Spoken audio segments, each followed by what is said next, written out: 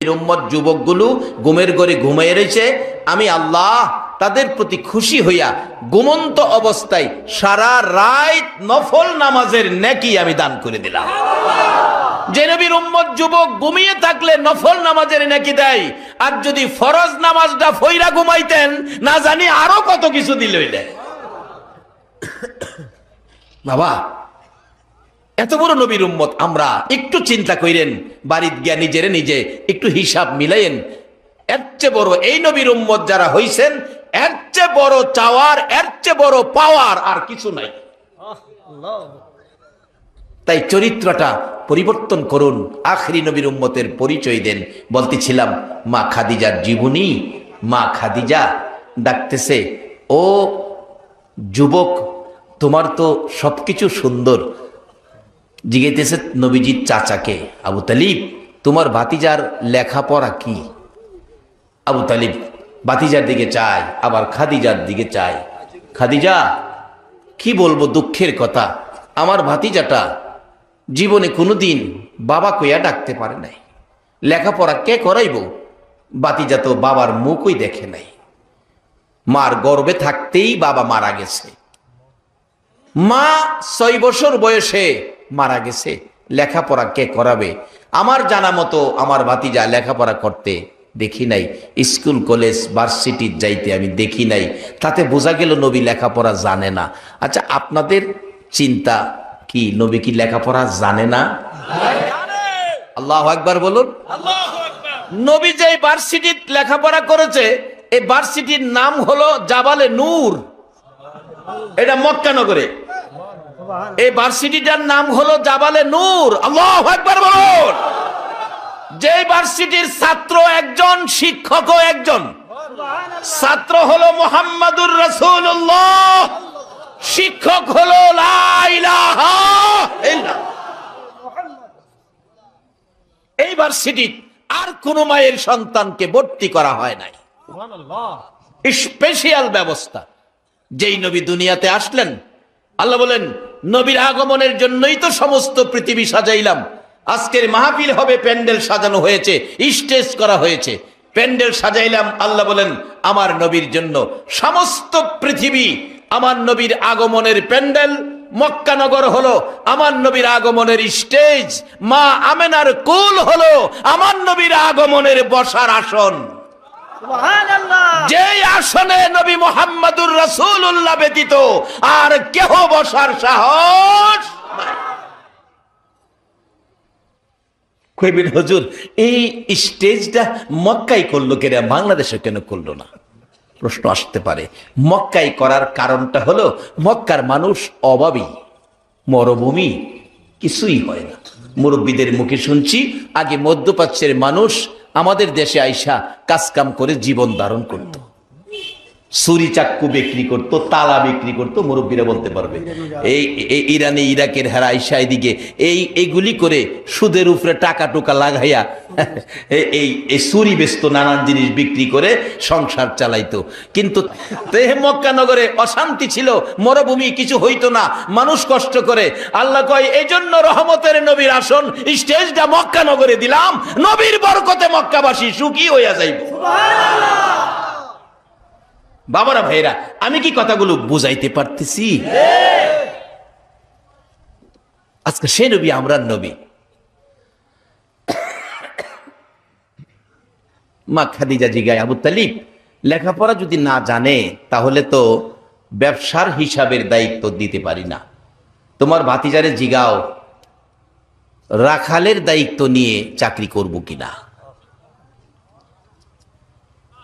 নবীজির চাচা আবু তালিব একবার ভাতিজার সুন্দর চেহারার দিকে চায়, আবার মরুভূমির রৌদ্রের দিকে চায়, আবার খাদিজার দিকে চায়, চোখের পানি ছেড়ে দেয়। রে খাদিজা, আমার এই সুন্দর ভাতিজাটাকে মা নাই বাবা নাই বলে আমি চাচা হইয়া মরুভূমির রৌদ্রের কষ্টের চাকরিতে দিতে রাজি হব না। আমি সম্ভব না, কষ্ট করব, ভাতিজারে এই কষ্টের মধ্যে দিতে রাজি না। ডাকতেছে খাদিজা, ও আবু তালিব, তা যদি না করো তাহলে তো আমার হাতে এখন আর কোনো চাকরি নাই। আমার নবী ডাকতেছেন, চাচা চাচা, ও চাচা, আপনি অরাজি হইেন না, আমি মরুভূমিতেও রাখালের দায়িত্বে চাকরি করতে পারবো, আমি পারবো চাচা, আমি পারবো, আপনি অনুমতি দেন চাচা, আপনি অনুমতি দেন।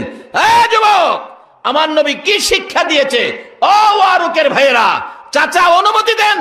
চাচার অনুমতি ব্যতীত ভাতিজা চাকরি নাই না। আর অহংকার দিনের কিছু বেয়াদব আছে, মা বাবার অনুমতি পর্যন্ত চায় না। যারা মা বাবার কলিজায় কষ্ট দিয়েছো, জান্নাতে যাইবা, বহু টাফ ব্যাপার জান্নাতে যাওয়া। বাবারা, ওয়াজটা একটু কঠিন হয়ে যাইতেছে, একটু করা হয়ে যাইতেছে মনে হয়। আর মনে হয় আমার দাওয়াত দিতেন না, না দিলে বাসি জবর দূর, কষ্ট হয়, পাওটাও ফুইলা যাবো থাকতে থাকতে। যাই হোক বাবারা, এগুলি কষ্ট না নিয়ে একটু চিন্তা করে কথাগুলো বাড়িতে নেন। এই রোগগুলি আমাদের মধ্যে ঢুকেছে, এই রোগ আমাদের দূর করতে হবে। আমরা এমন এক নবীর উম্মত যার মধ্যে কোনো ত্রুটি নাই। আজকে সেই নবীর ইজ্জত সমাজে প্রতিষ্ঠিত করতে গিয়ে আমরা সৎ চরিত্রের হতে হবে। আমরা আখেরি নবীর উম্মতের পরিচয় দিতে হবে। আমাদের আচার আচরণ দেখে যেন বিজাতিরা দলে দলে কালিমা পড়ে মুসলমান হয়ে যায়। আখেরি নবীর উম্মতের ওয়াজের কোন ক্যাসেট জানি একটা বাজতেছিল, গাজীপুর জেলার কালীগঞ্জ থানায়। এখনো কালীগঞ্জ থানায় অনেক খ্রিস্টান আছে। হিন্দু মুসলমান হয়েছে অনেক, কিন্তু খ্রিস্টান মুসলমান হয়েছে এ খবর আমি বাংলাদেশে পাই নাই। কিন্তু একটা খ্রিস্টান কিছুদিন আগে গত রমজান মাসে আমার মসজিদে এসে আসরের পরে ডাকতেছে, তোফাজ্জল হুজুরকে। বৃহস্পতিবার দিন আসরের পরে বললাম, তো তোফাজ্জল, আমি হুজুর আপনার আখিরি নবীর উম্মতের ক্যাসেট শুনছি। আমি একজন খ্রিস্টান সদস্য, আমার ভাই খ্রিস্টান সমিতির সেক্রেটারি। হুজুর, আমি আখিরি নবীর উম্মত হতে চাই,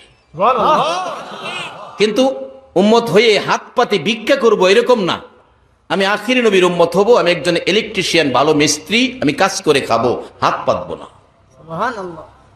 বললাম, বাবা, খ্রিস্টানদের ব্যাপার কোন আইনের ফেসো হরি। আবার কালকে শুক্রবার গণ্যমান্য ব্যক্তিরা, জ্ঞানী গুণীজন থাকবে, তাদের সাথে পরামর্শ করে কালকে তোমাকে কালিমা পড়াইয়া মুসলমান বানাবো।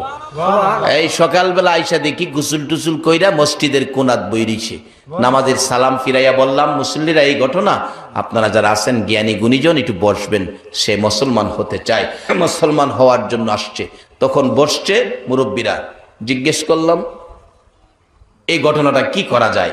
একজন সাংবাদিক বলল, এটা আসলে আন্তর্জাতিক আইনের সমস্যা হতে পারে, তবে সরকারি অফিস, ইউনো অফিস থেকে কাগজ করে নিলে, এফিডেভিট করে নিলে মনে হয় ভালো হবে।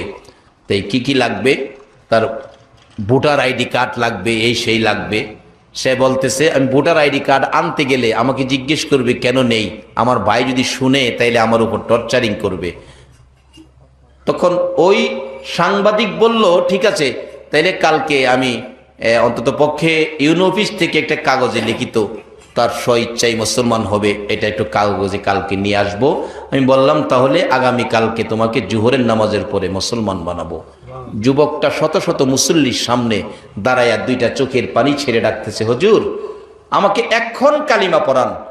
আপনারা যে ফাইসালা দিলেন কালকে আমারে কালিমা পড়াবেন, আজকে বিকালে যদি আমার মৃত্যু হয়ে যায় তাহলে তো আমি আখিরি নবীর উম্মত হতে পারলাম না।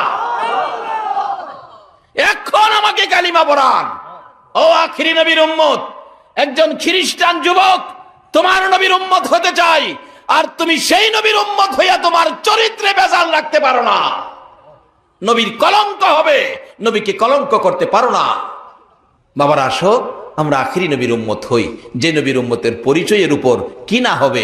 আসতেছি সামনে, আপনাদের কষ্ট হইতেছে না তো? বলতেছিলাম, খাদিজা বলতেছেন, আবু তালিব, তোমার ভাতিজা রাজি হয়।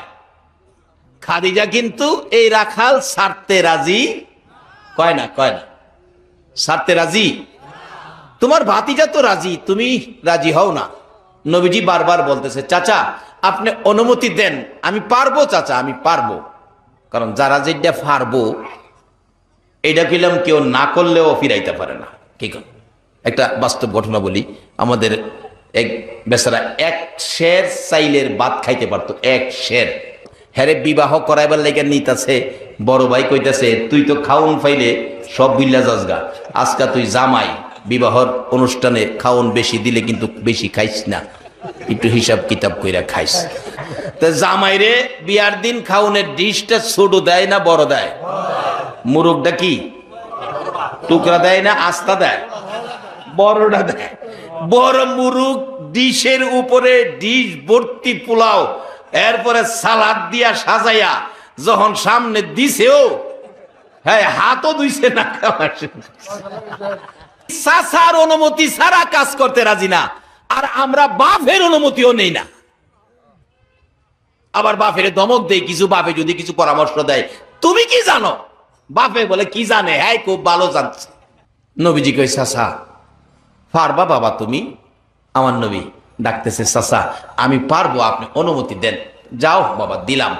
নবীজি খাদিজার বাড়িতে রাখাল, রহমতের নবী। সকালবেলা ডাকতেছে খাদিজা আপনার ছাগল কয়টা, বেড়া কয়টা, দুম্বা কয়টা, উট কয়টা, আমার গইনা বুঝাইয়া দেন, নাইলে আবার কইবেন কয়টা নিলাম কয়টা আনলাম, বেজাল লাগাইবেন। আচ্ছা আমার নবী কি বেজাল লাগায় না বেজাল ভাঙ্গে? আমার নবী কি রহমতের নবী না বিপদের নবী? আল্লাহু আকবার বলো। সব সমস্যার সমাধান হবে এই নবীর উসিলায়। কিন্তু নবীর চিনতেই, আসলে যারা চিনে তারাই কিনে, কি গান, যারা চিনে তারাই কিনে। কেউ নবীরে কইতো নবী কত সুন্দর, আবার কেউ কইতো নবী তো বিশ্রী। আবু জাহেল কইতো নবীরে বিশ্রী, আবু বকর কইতো আমার নবী সুশ্রী। যাই চিনে সেই কিনে। তবে যারা চিনেছে তাদের জীবন ধন্য হয়েছে, যারা নবীর বিপক্ষে গিয়েছে তাদের কপাল পুড়ে গেছে।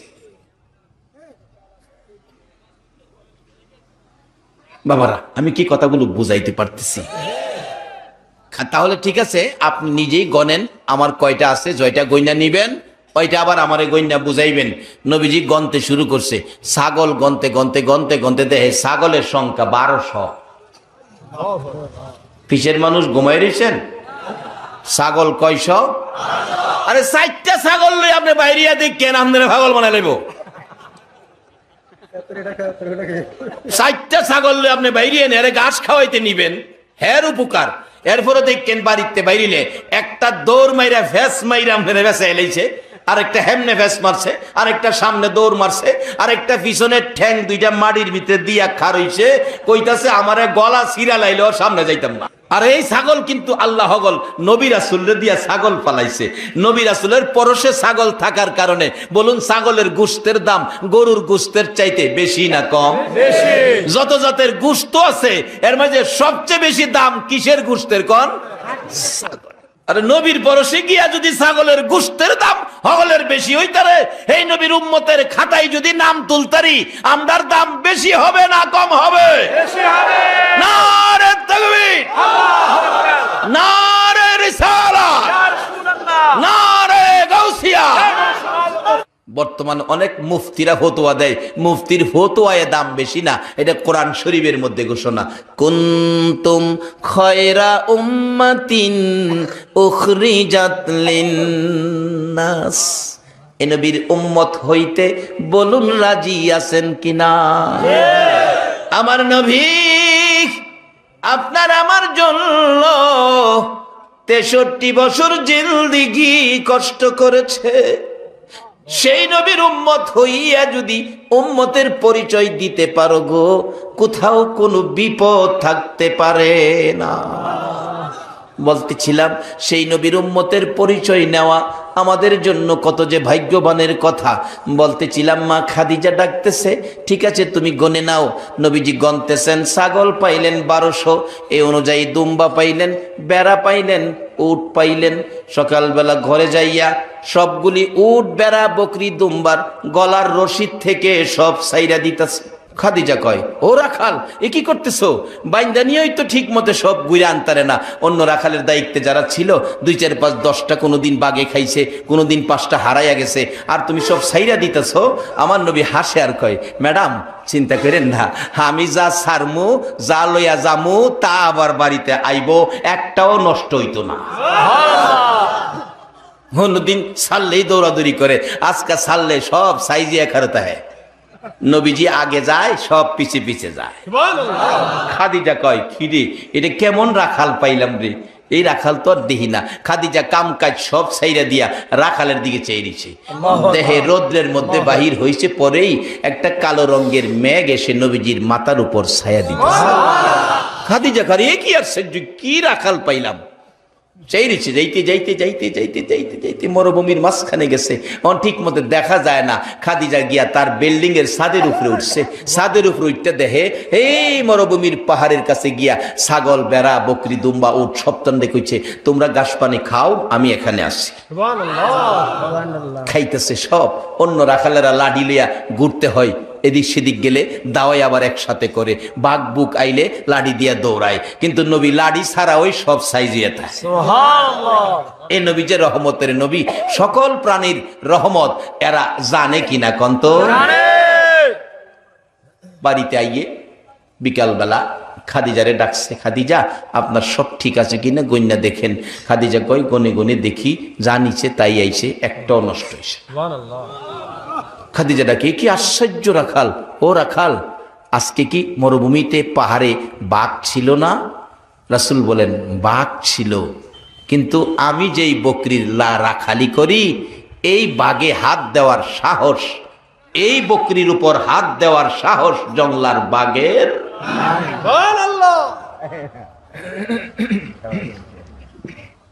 যে নবীর রাখালের জীবনে বকরির গায়ে বাঘে হাত দেওয়ার সাহস পায় না, এই নবীর উম্মত হইয়া যদি কবরও যাইতে পারেন, বলুন আপনাকে কষ্ট দেওয়ার সাহস কারো আছে? বাবারে কি করতেছো এই নবীর উম্মত হইয়া? আগিলা মুরব্বীরা একটু ত্রুটি যদি জীবনে আইছে, রাত্রে গুনগুনে কানছে, মিচামিচি কাটাইলাম জিন্দিগি, বলুন মিছামিছি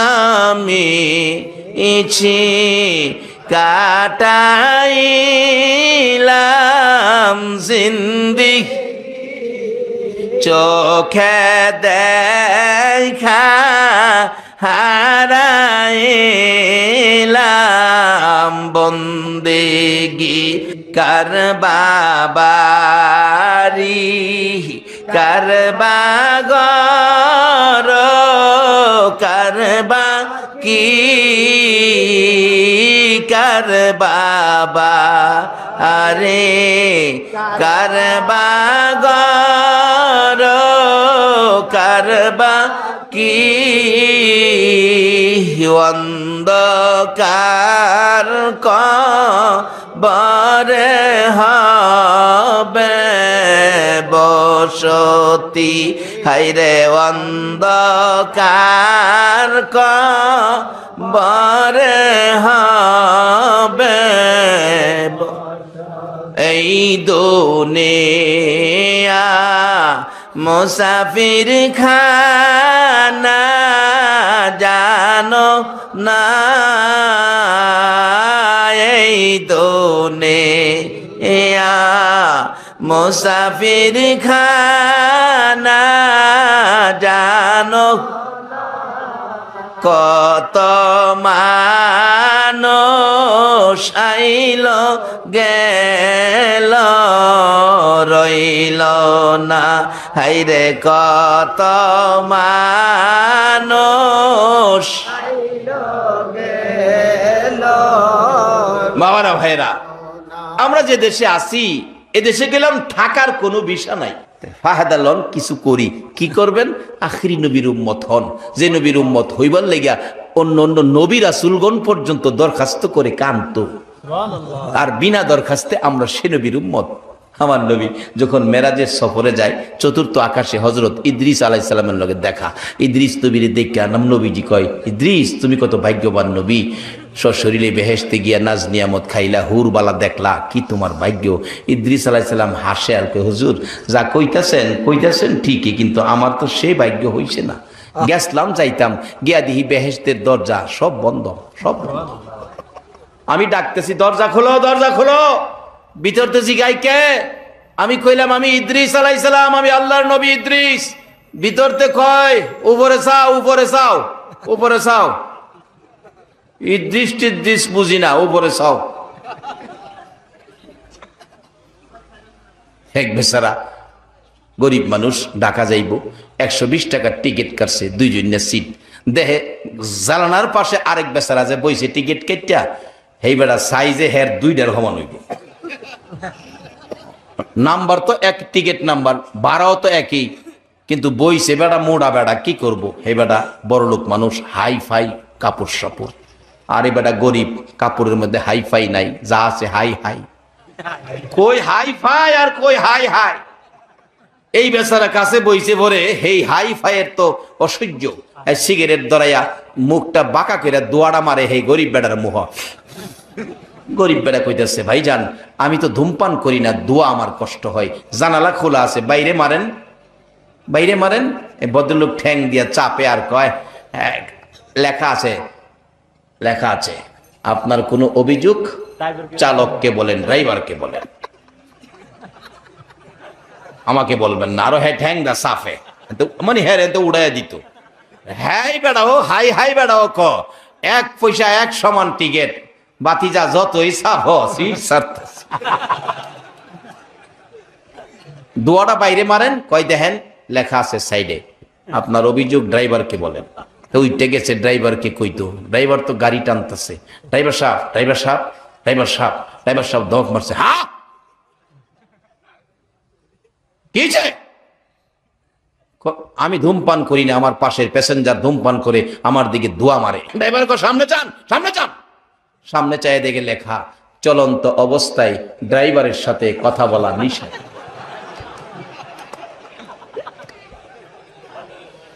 অহন বেচারা বিচার আর কই পাইব, মনটা কষ্ট করে আই পড়তেছে। ইদ্রিস নবী বেহেশতের দরজায় ধাক্কায়, ভিতরতে জিগায় কে? আমি ইদ্রিস আলাইহিস সালাম, আল্লাহর নবী ইদ্রিস। বেহেশতের ভিতরে যামু, দরজা খোলো। বেহেশতের ভিতরেতে কয়, উপরে তাকাও, উপরে। ইদ্রিস আলাইহিস সালাম কয়, ইয়া রাসূলুল্লাহ, আমি উপরে তাকাইয়া দেখি দরজার উপরে লেখা, আখিরি নবী উম্মত নিয়ে না আসা পর্যন্ত কারো জন্য বেহেশতের দরজা খোলা হবে না।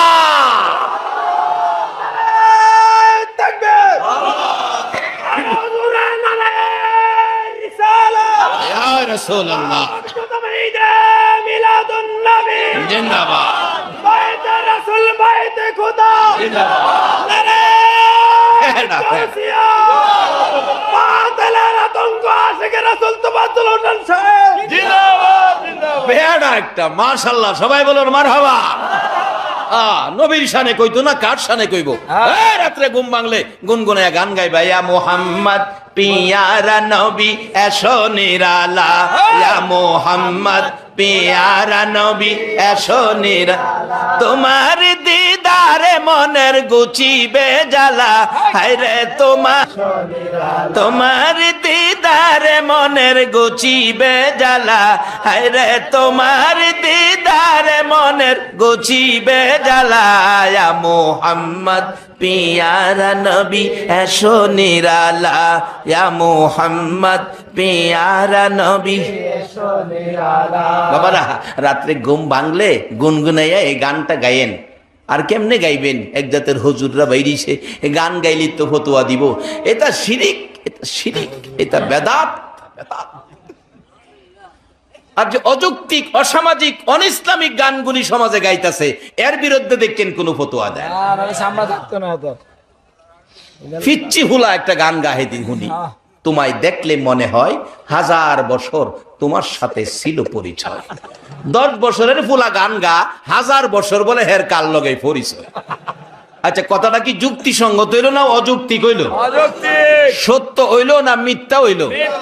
10 বছরের পোলা গান গা 1000 বছর হের কোন বাপের লগে পরিচয়, হেতা বেদাত ফতুয়া দেয় না। যার ভালোবাসাই কুল কায়নাত, সেই নবীর ভালোবাসাই নাতে রাসূল গাইলে বেদাত ফতুয়া দেই না। আমরা বাংলাদেশ আছে কিনা কন্ত? আল্লাহ হেরারে হেদায়েত করুক, সকলে বলুন আমিন। বাবারা, আসুন আমরা আখিরি নবীর উম্মত হব, নবীকে চিনব।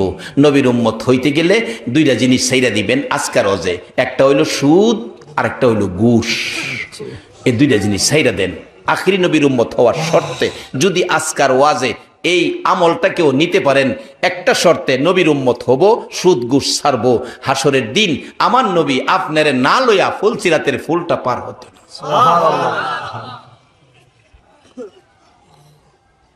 আসলে নবীরে না চিনা পর্যন্ত এগুলি পারতেন না, ছাড়তেন। দেখেন খাদিজা কি করতেছে, দেখেন খাদিজা কয় কি আশ্চর্য, গইন্যা দেহে যা নিচিন তাই ফিরাইছে।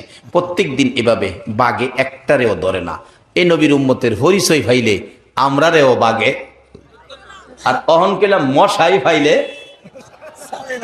সারে সারে কারেন্ট না তাহে বলা খালি গায়ে শুয়ে দেখেন, ঘুমাইবার আগে মশাইয়া ডাহে কি গানও খুশি, গুনগুন গুনগুন গুনের বন্ধু গুনগুন ঘুমাও, ঘুমাও গো বন্ধু ঘুমাও, ইঞ্জেকশন বাউ করতেছে।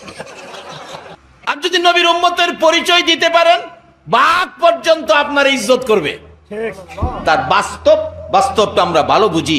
নবীজির একজন সাহাবীর জীবনী, উনি নদী পথে যাইতেছে নৌকা দিয়ে, নৌকাটা ঘূর্ণিঝড়ে ভাঙ্গা টুকরা টুকরা করে দিছে। সবগুলি মানুষ নদী গর্ভে বিলীন, শেষ, মরে গেছে। নবীর সাহাবীটা কোনো রকম সাঁতরাইয়া কাঠের টুকরায় ধরে কিনারে উঠছে। ওইটা কইতাছে আল্লাহ সব মরল, আমি তো বাঁচলাম। যেখানে খারুইয়া কইতাছে বাঁচলাম, এটা সুন্দরবনের জংলার মতো আফ্রিকার একটা বাঘ ভাল্লুকের জংলা, যেখানে মানুষ নামে কোনো প্রাণী বসবাস করে না, শুধু মানুষ খাওয়ার প্রাণী ওই থাকে। একটু পরে কিনারে খারুইয়া দেহে বাঘের গন্ধ করতেছে। বাঘ দেহে তার নাহের মধ্যে মানুষের গন্ধ লাগতেছে। বাঘের কি মোবাইলের দোকান আছে? বলে কই আমার খাউন আছে, আরেকজনে কয়ে দিব। এই নাহের মধ্যেই আল্লাহ সব ফিট করে দিছে। এই গন্ধে সব কইতারে কই আছে না আছে। কিছু প্রাণী আছে, গাউসে পাকের কিতাবে লিখছে একটা মাসি হ্যাঁ 3 মাইল পর্যন্ত কইতারে কার বাড়ি কত নম্বর দাগে, সিএস আর ওয়ার কত, কয় তালাক, কোন রুমে কাডল ভাঙছে। প্রাণীটার নাম কি? মাসি। এই ক্ষমতাটা মাসির দিছে কে? আল্লাহ। বিশ্বাস না করলে এবার কাডালের সিজনে 7 তালাত কাডল ভাঙবেন। মাইকিং নাই, ফুস্টারিং নাই, বিনা মাইকিং বিনা পোস্টারিং এ দেখবেন হ্যাঁ গিয়ে আপনার জায়গা মতো হাজির হয়ে গেছে।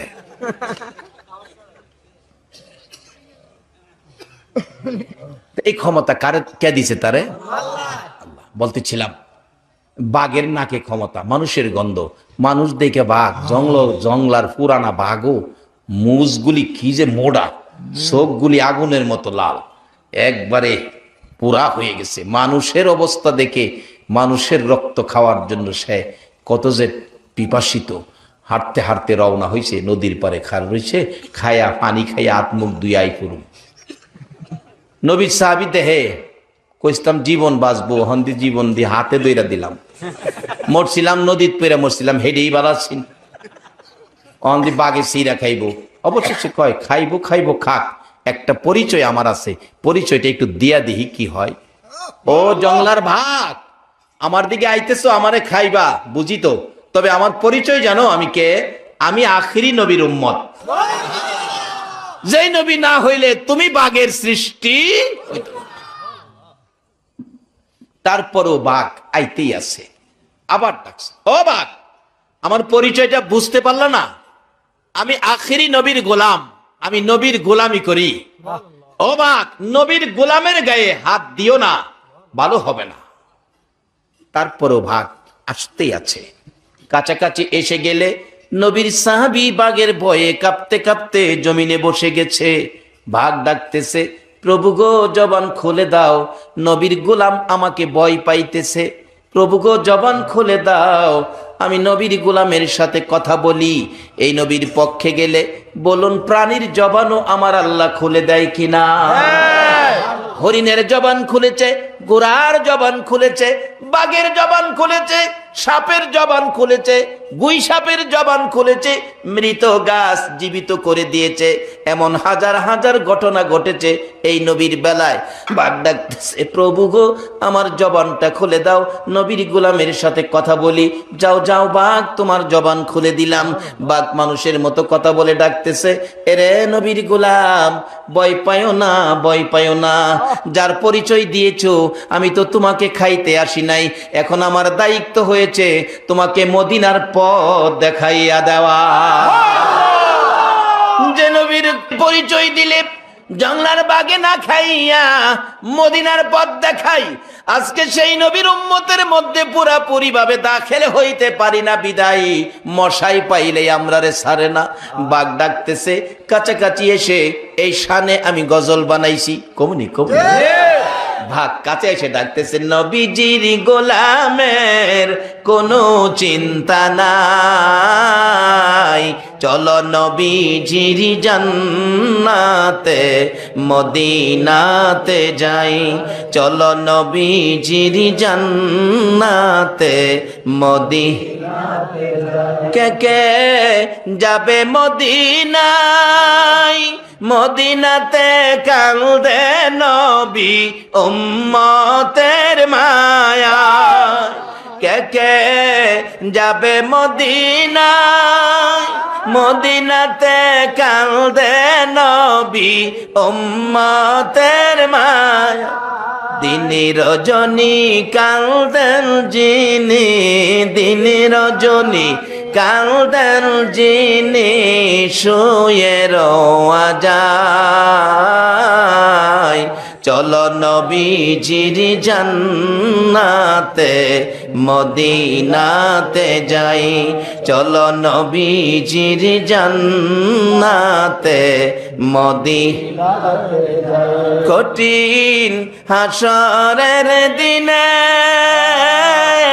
বেহেশতে যাবে না নবী উম্মত বিনে, কঠিন হাসরের দিনে বেহেশতে যাবে না নবী উম্মত বিনে। মাফ করিয়ে দিবেন আল্লাহ, মাফ করিয়ে দিবেন আল্লাহ নবীর ওসিলায়, চলো নবীজির জান্নাতে মদিনাতে যাই, চলো নবীজির জান্নাতে মদিনাতে যাই। বাঘ ডাকতেছে, নবীর গোলাম তোমাকে খাইতে আসি নাই, আমি তোমাকে মদিনার পথ দেখাবো, পিছনের লেজটার মধ্যে ধরো, আমি মাঝখান দিয়ে জংলাটা তোমাকে পার করে দেব। অন্য বাঘ চাই রিছে, এই বাঘে হুঁশিয়ার করে দিচ্ছে, এদিকে চাইস না, কারে নিয়ে যাইতেছি খবর রাখ, যে নবী না হইলে আমাদের সৃষ্টি সব চাইরিছে, মাঝখান দিয়ে চলছে। এমন পরিবেশ কিন্তু হয়, আপনাদের শহরেও হয়। মন্ত্রীর গাড়ি আইলে আগে দেখবেন পুলিশ সার্জেন্ট হোন্ডালিয়া বাসি ফুদাই, সাবধান সব সাইড করো, মন্ত্রীর গাড়ি আইতেছে। আবার মন্ত্রীর আগের পুলিশের গাড়িটা জানালাদা দুই পুলিশ দুই দিকদা লাড়ি বাইর করে দেয়, সব ব্রেক, একটা গাড়ি চলবে। নবীর সাহাবী বলেন, জঙ্গলার সব হিংস্র প্রাণীরা ব্রেক, একটা ভাগ আমাকে নিয়ে চলছে, একটা পরিচয়ের উপর, আমি আখেরি নবীর গোলাম। সে নবীর গোলাম হইতে যা কিছু দরকার করতে রাজি আছেন? প্রথমত সুদ আর ঘুষ ছাড়তে হবে, ধরতে হবে জামাতের সহিত নামাজ। সুদ ঘুষ ছাড়বেন, জামাতের সহিত নামাজ ধরবেন, নবীর গোলামের খাতায় নাম উঠে যাবে। নবীর সাহাবী বলে জংলাটা পার করে দিয়ে বাঘ বলতেছে, যাও নবীর গোলাম, আর কোনো ভয় নাই। আমি বলবো শুধু জংলায় নয়, দুনিয়াতে নয়, এই নবীর গোলামের পরিচয়, এই নবীর উম্মতের পরিচয় যাদের কাছে থাকবে, হাসরের ময়দানে আদম আলাইহিস সালাম থেকে শুরু করে ঈসা আলাইহিস সালাম পর্যন্ত সকল নবী রাসূলের উম্মত যেদিন দাঁড়িয়ে থাকবে আদাত উপরে সূর্য, ওই দিন আমার আল্লাহ ঘোষণা দিবেন, সর্বপ্রথম আখিরি নবীর উম্মতের গাড়িগুলো জান্নাতে পাঠাও। সে নবীর উম্মত হইতে গিয়ে যা কিছু করা দরকার করা আমাদের উচিত কিনা বলুন? তাহলে আজকার ওয়াজে সুদ ঘুষটা ছাড়বেন, জামাতের সহিত নামাজটা ধরবেন, আর এই নবীর চিনবেন, চিনতে পারলে আল্লাহরে পাইবেন। পক্ষে নবীর পক্ষে যারা, আল্লাহ থাকবে তার পক্ষে খাড়া। তার বাস্তব খাদিজার জীবনী। খাদিজা বললেন, না, এই রাখাল আর কোনোদিন ছাড়বো না। নবীজি আরেকদিন দেখে মরুভূমিতে এইভাবে হাতটা দিয়ে পাহাড়ের কিনারে পাথরের উপর হাতটা রেখে নবী ঘুমিয়ে আছে, মেঘের টুকরা ছায়া দেয়, কিন্তু গরমটা খুব বেশি ছিল। অনেক সময় গরম বেশি হলে কিন্তু ঘরের ভিতরেও গরম লাগে, গরম বেশি, নবীজি গরম। এমন সময় দেখে অজগর সাপ এসে ফনা ধরে মাথাটা তাল পাতার পাখার মতো ফনা করে নবীজির চেহারা মুবারকে বাতাস করে। আচ্ছা, পৃথিবীর এমন কোন মায়ের সন্তান আসেনি সাফে বাতাস দিব? তা এই নবীরে ব্যবহারটা মনে যাসা সেভাবে করেন না, যে জায়গায় নবী থাকার কথা সেই জায়গায় রাইখা ব্যবহার করেন। খাদিজা দেখা ওই বিল্ডিং এর ছাদের থেকে দেহে কয়, আর মরুভূমিতে দিব না। বিকালে আসছে, ও রাখাল, আজকাল থেকে মরুভূমির দায়িত্ব তোমার না, তুমি ব্যবসার দায়িত্বে। লম্বা ঘটনা, এখানে ওয়াজ করলে 2 ঘন্টার দরকার। ব্যবসায় নবী গেছে, বলুন লাভ কম হইব না বেশি হইব? বেশি হবে। খাদিজা এই অবস্থা দেখে আর নিজেকে নিজে কন্ট্রোল করতে পারে নাই। গার্জিয়ান এলাকার তার বংশের সবাইকে ডাকছে, বলছে তোমরা আমাকে যুবক মোহাম্মদের কাছে বিবাহ দিয়ে দাও। আরে বলতেছো কি? তার তো কিছু নাই, মা নাই, বাবা নাই, সয় সম্পদ নাই, একটা রাখাল, বাড়িঘর নাই, ব্যবসা বাণিজ্যের মালামাল নাই, বেড়া বকরি দুম্বা উট নাই, কিছু বলতে কিছু নাই। তোমার এত কিছু, তুমির মতো একজন মহিলা ধনাঢ্য ব্যক্তি এরকম একটা যুবকের সাথে বিবাহ হতে পারে না। তুমি পাগলামি করলেও আমরা পাগল হব না। খাদিজা ডাকতেছে, আমাকে যখন পাগলই বলেছো, এবার দেখো তোমরা পাগলের খেলা খেলবো। রে আত্মীয় স্বজন, গার্জিয়ানেরা, বংশের মুরব্বীরা, আমার এক হাতে কলম দাও আর এক হাতে কাগজ দাও। আমি খাদিজার যত সম্পত্তি আছে, টাকা পয়সা আছে, দন দৌলত আছে, ব্যবসার মালামাল আছে, বেড়া বকরি দুম্বা উড আছে, এমনকি আমার ঘরবাড়ি সহ, আমি খাদিজার জীবন জৈবন সহ সব আমি মুহাম্মদের নামে দান করে দিলাম। বাবারা, আল্লাহ রাব্বুল আলামিন এই অবস্থাটাকে পছন্দ করেছে। আল্লাহ রাব্বুল আলামিন এই ঘোষণাটাকে পছন্দ করেছে। আমি যার ভালোবাসায় এত কিছু করলাম, ও খাদিজা, তুমি তার ভালোবাসায় সব দিয়ে দিলা, আমি আল্লাহকে তোমার পক্ষে নিয়ে নিলাম। নবীর ভালোবাসায় সব দিয়ে দিলা, আমি আল্লাহকে তোমার পক্ষে নিয়ে নিলাম। বাস্তব যেদিন খাদিজা দুনিয়ার থেকে বিদায় হবে, নবীজিকে ওয়াদা করাইলেন, হুজুর আমার 3টা ওয়াদা, আমি যে আপনার জন্য সব দিয়েছি, আপনি আমাকে কি দিবেন? রাসূল বলেন, আয়েশা তুমি কি চাও বলো? আমি 3টা জিনিস চাবো। খাদিজা বলতেছেন, আমি 3টা জিনিস চাবো। কি 3টা? একটা জিনিস হলো, আমার মৃত্যু হলে বাজারের কিনা কাফন দিয়ে আমারে কাফন পরায়েন না, আমাকে আপনার একটা পাঞ্জাবি মুবারক দিয়ে আমারে কাফন পরাবেন। নবী গো, আমি আপনার জন্য সব দিয়েছি, আপনি আমারে 3টা জিনিস দিবেন না? রাসূল বলেন, খাদিজা রে, কথা দিলাম 3টা জিনিস দিব, বলো তোমার কোন কোন 3 জিনিস দরকার? একটা জিনিস হলো আপনার পাঞ্জাবি মুবারকে আমারে কাফন পরাবেন, আমাকে যেই কবরের মধ্যে দাফন করবেন, আমাকে শুয়াইবার আগে গো আপনি রহমতের নবী একটু শুয়ে আসবেন। বলুন, যেই কবরে আমার রাসূল শুয়ে আসবে, এই কবরের অবস্থাটা কেমন হবে রে? কেমন হবে বাস্তবতাই? চলুন একটু ভারতের জমিনে যাই।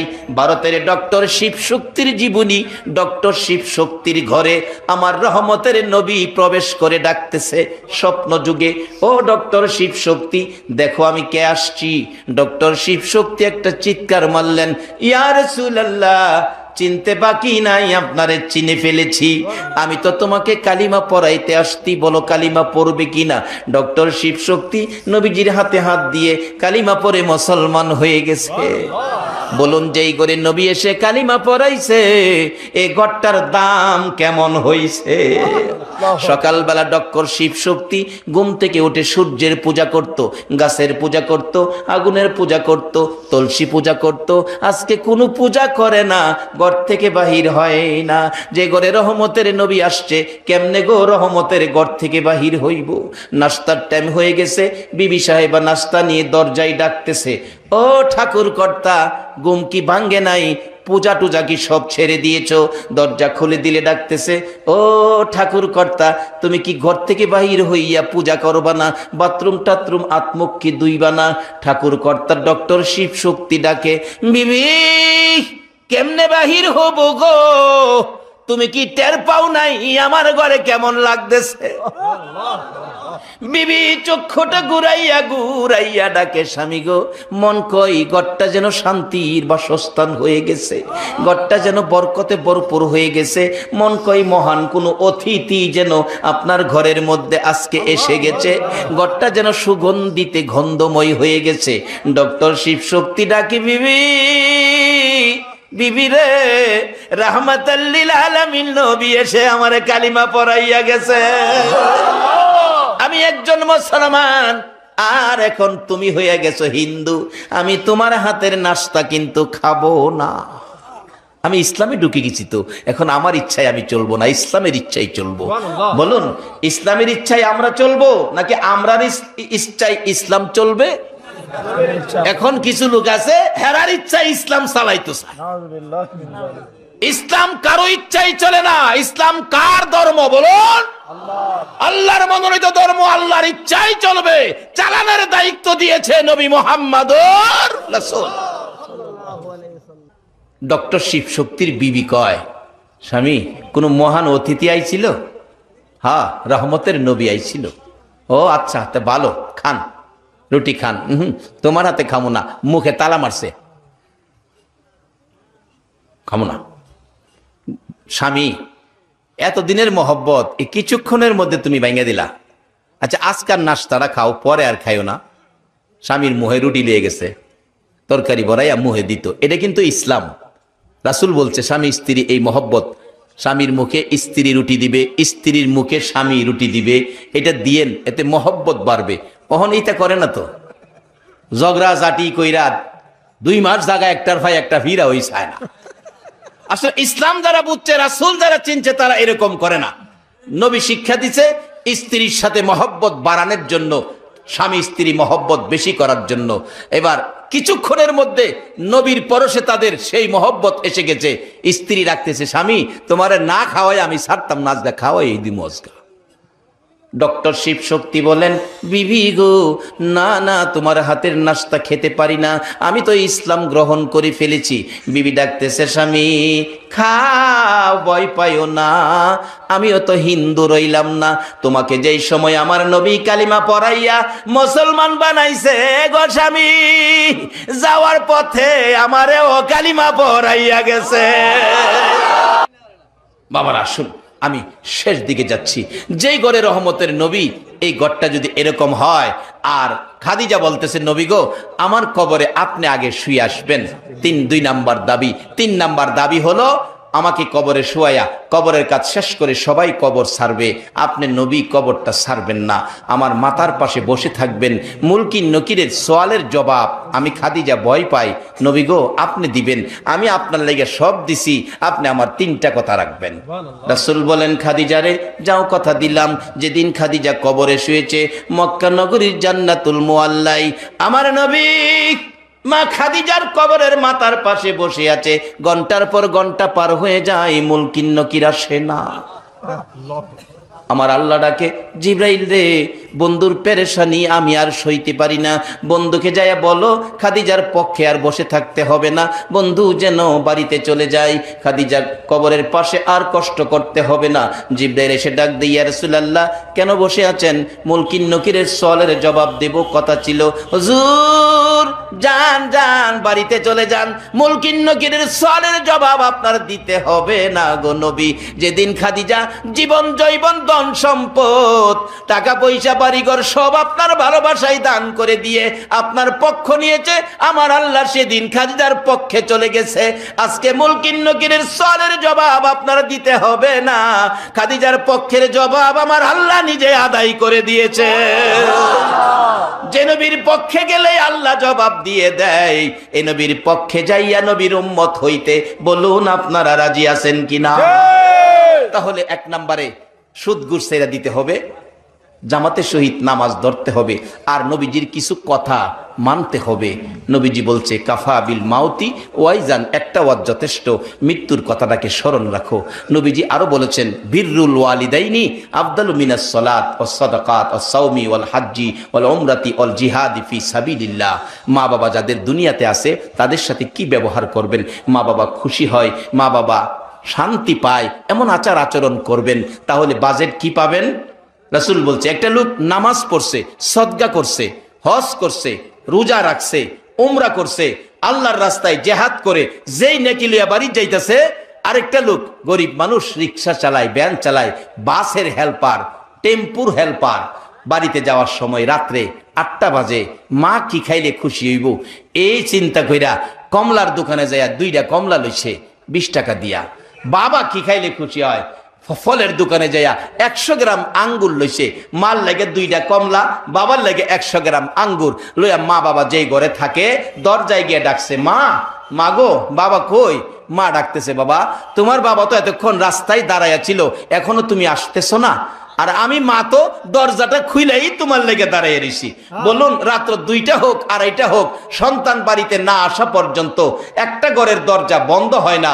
বলুন এ ঘরটা কার? মা। মা এত কষ্ট করো আমার জন্য, বাবা কই? বাবা যে আমার জন্য ছোটকালে মাথার গাম পাতায় ফালাইয়া রোজগার করে আমাকে লালন পালন করেছে। বাবার জন্য 2টা, আপনার জন্য 2টা কমলা, বাবার জন্য 100 গ্রাম আঙ্গুর আনছি। মাগো গরিব মানুষ, বেশি খাওয়াইতে পারি না, রুজি রোজগার কম, মাগো খাও গো মা, আমার ছেলে মেয়েরে দিও না, তোমরা 2জনে খাও, তোমার নাতি নাতকরকে দিও না। মা বাবা দেখবেন খুশি হইয়া মুস্কি মুস্কি হাসবে। ছেলে মেয়ের জন্য আনো নাই, মা বাবার জন্য আনছো। বাবা এমন সন্তান তুমি, আল্লাহ আমরারে কেমন সন্তান দিয়েছে। আমার নবী বলেন এইটুকুন কাজ মা বাবার সাথে করে 2টা কমলা মায়ের হাতে, 100 গ্রাম আঙ্গুর বাবার হাতে দিয়ে যারা মা বাবাকে সন্তুষ্ট করেছো, খুশি করেছো, এর বিনিময়ে আমার আল্লাহ তোমার জন্য কি বাজেট করেছে। আমার নবী বলেছে একটা লোক নামাজ পড়ে, সদকা করে, রোজা রেখে, হজ করে, উমরা করে, আল্লাহর রাস্তায় জিহাদ করে যেই নেকি পাইলো, তুমি মা বাবারে খুশি করে এর চেয়ে বেশি নেকি তোমার আমল নামায় লইয়া গেলা।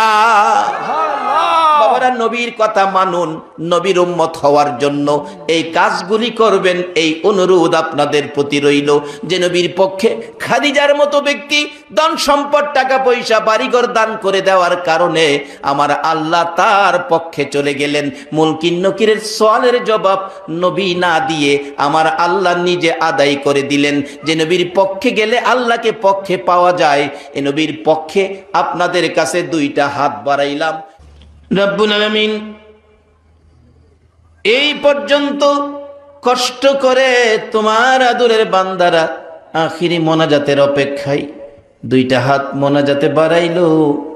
আল্লাহ গো, আমি জানি না কার মনে কি দুঃখ, কার মনে কি ব্যথা, কার জানি মনে দুঃখ আছে। হুজুর কতজনের মা আছে, আমরার মা নাই, মা নাই। কতজনের বাবা আছে, আমরার বাবা নাই গো, বাবা নাই। কে জানি আজকের মাহফিলে হাত বাড়াইছে মায়ের অভাবী,